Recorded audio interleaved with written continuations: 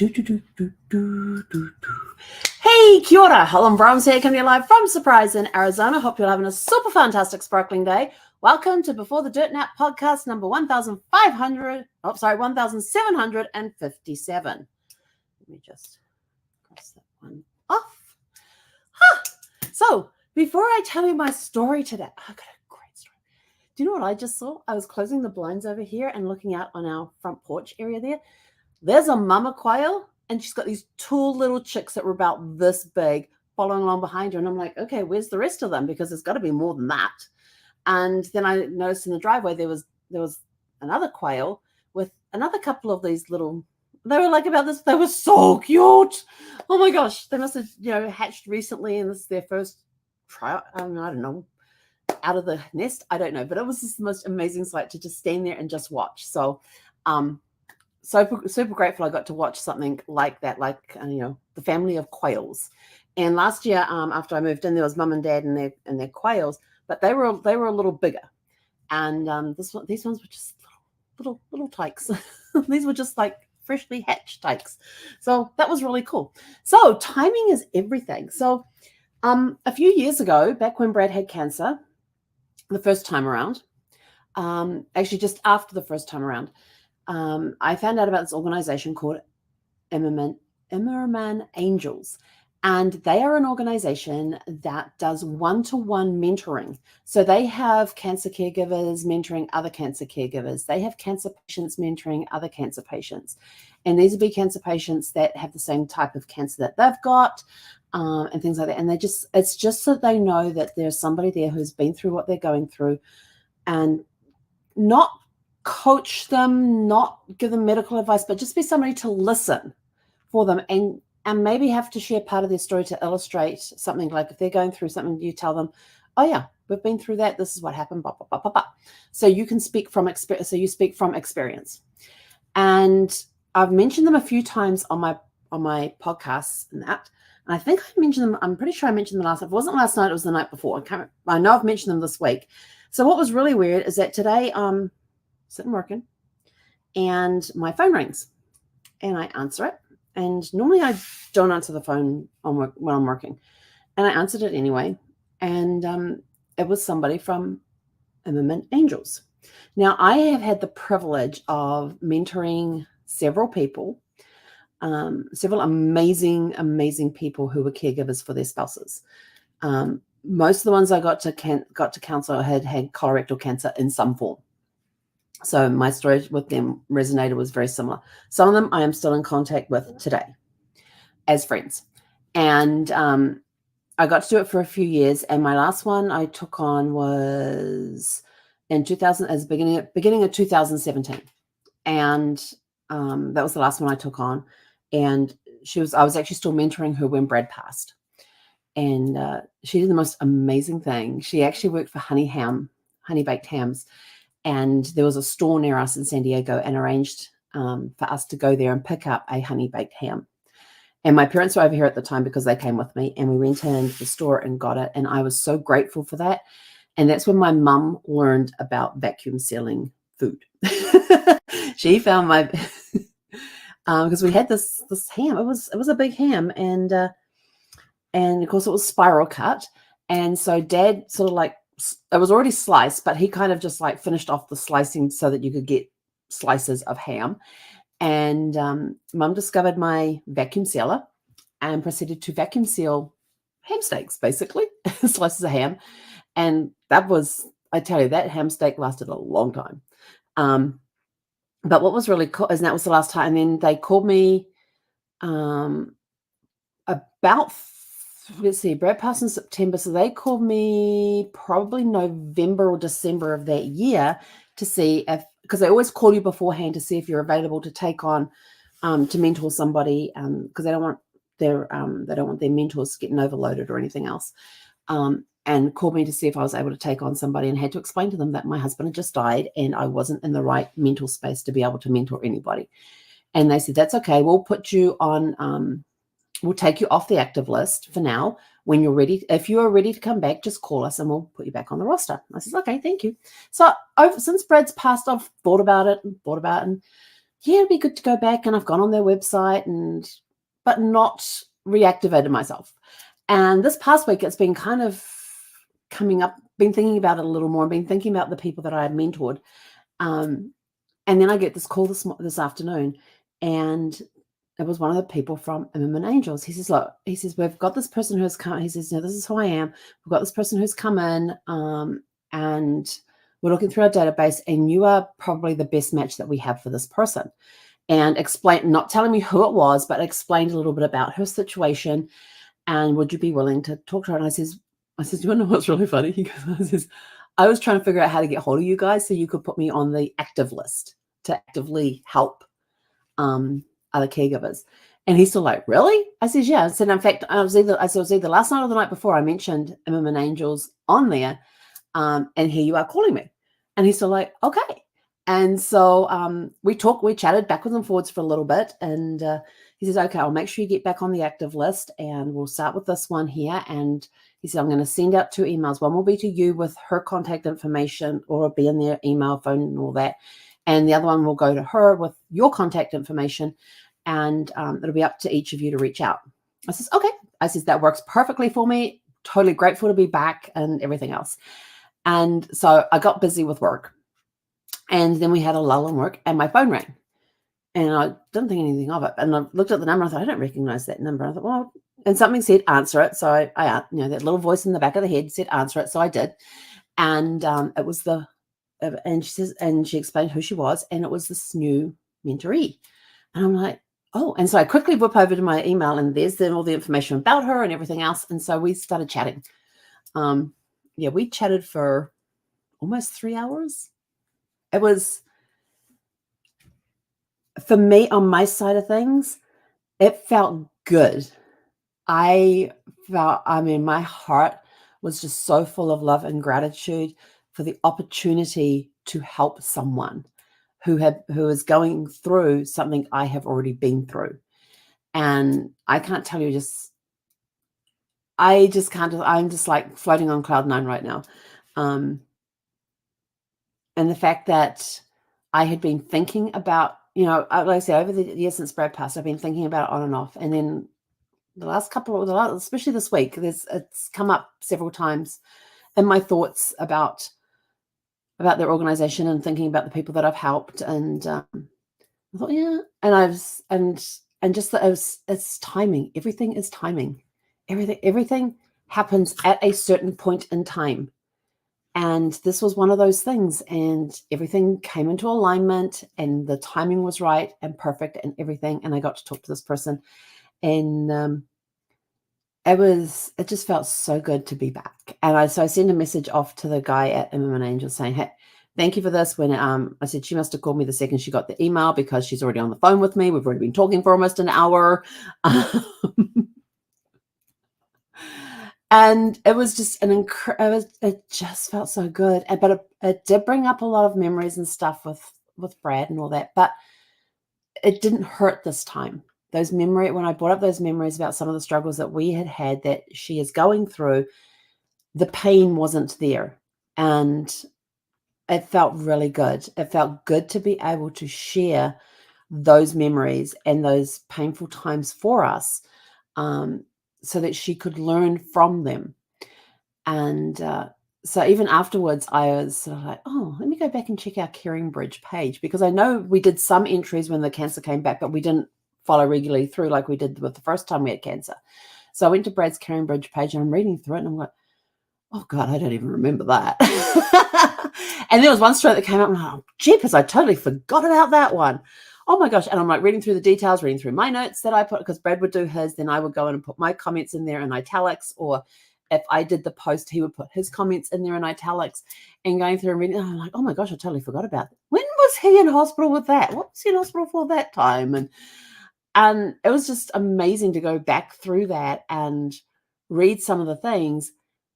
And I didn't have the emotional outbursts that I've had in the past. Like, there's been some stuff that I've, where has written things that I have gone and read and gotten very emotional about it.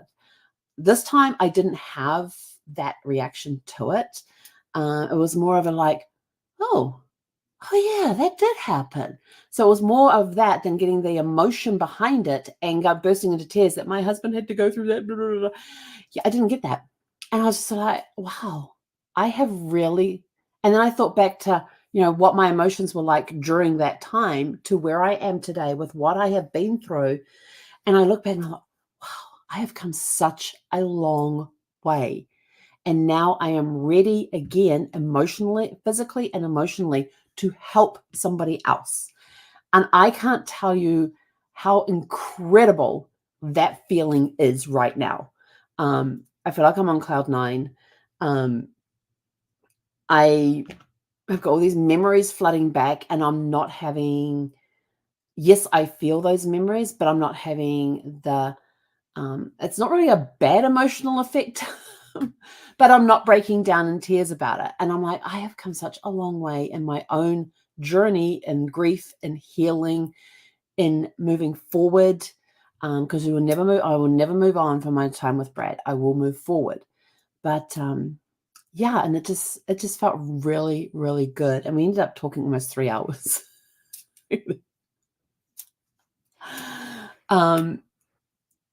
Yeah, it was an incredible, incredible afternoon. And I really have no words to describe it except that I feel like I'm on cloud nine right now. The fact that I got to help somebody through something who's going through something similar to what I had been through. And there was so much tie-in. Oh my gosh, we had so much in common. It was unbelievable. She starts talking about some of the activities that they do, and I'm sort of like, oh my gosh, da da da da da da da da. And I gave her connections and links to something else. And she's like, really? I was like, yeah. And then she'd go off on another tangent. I was, oh, you need to go read this book. It was just such a great afternoon of great conversations. My heart is just so full right now. It is unbelievable.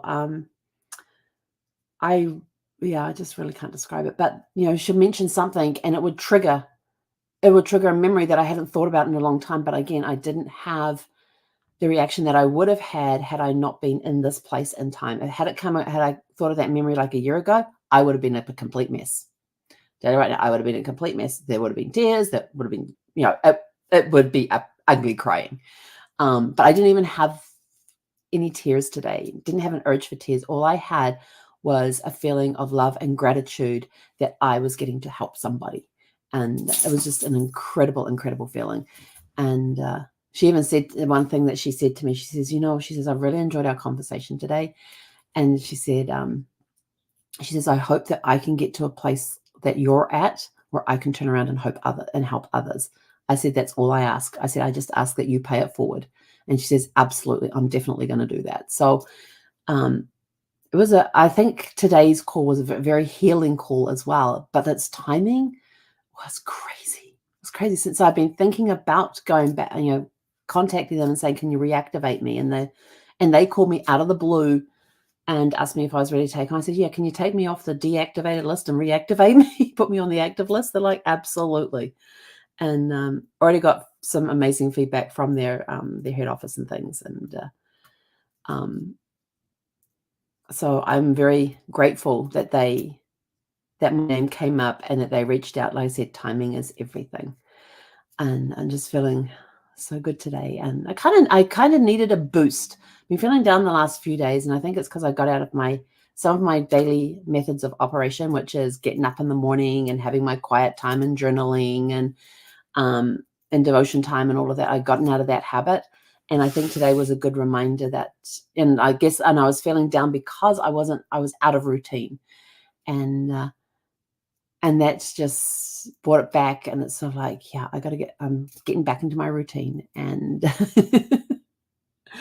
although my friend Yvonne will be very happy with me because she told me yesterday when I had my accountability call with her, she says, just keep chanting. And I was like, okay. And I woke up this morning with the chant in my ears, the chant in my head, and was chanting away during breakfast. And I had a really yummy breakfast. It looked really good today. My breakfast looks so good this morning. I took a photograph of it. I do not photograph my food. Sometimes if I'm out, like if I'm on a cruise ship or if I'm in a restaurant, yes, I might photograph my food.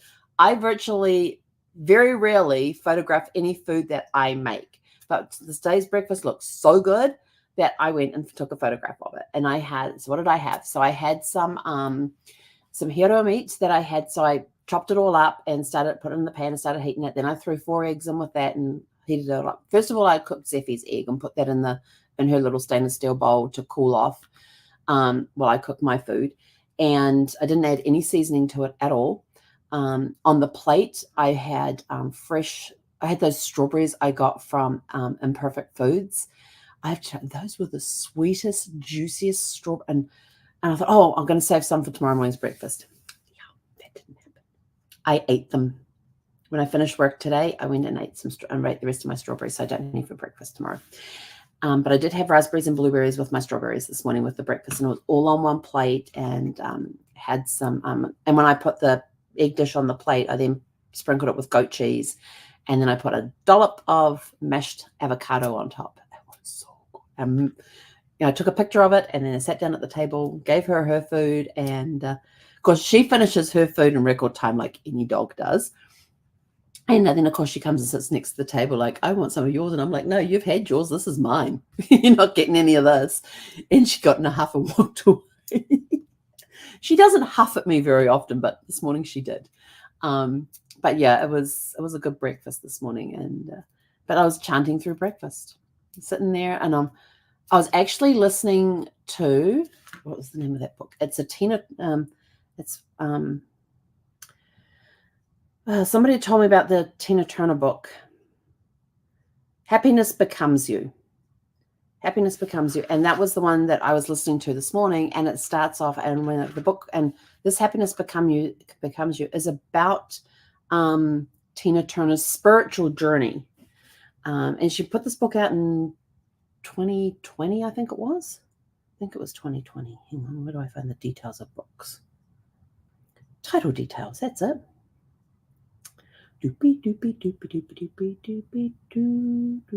Yeah, it was released on December. Well, this is the audio. It was released on December the 1st, 2020. And this talks about her spiritual journey. She says, you can pick up my story in any of the other books I've written. She did touch on it. She did go through her story, and because it was how her spiritual journey started and what she started doing. And there's somebody else doing the narration of the book. But any chanting that is done is actually done by Tina Turner, which is kind of cool. And so, my friend Dawn had put me onto this particular chant. And so I'm just sitting there and it's going through my head. It's coming out my mouth, and started feeling really good. And then had a really good morning, and then get this call this afternoon and got to talk to an amazing person who I get to help. And I was like, yes. So I'm feeling really good right now. I'm in a really good place. I've been lifted out of the darkness. My vibration is going high, which means awesomeness is on its way, because I don't get awesomeness when my energy is low. So anyway, that's it from me. We're going to go for a WA. You ready to go for a walk, Zeffie? Not even a flicker of the ears. Zeffie, you going to go for a walk? You going to go for a walk?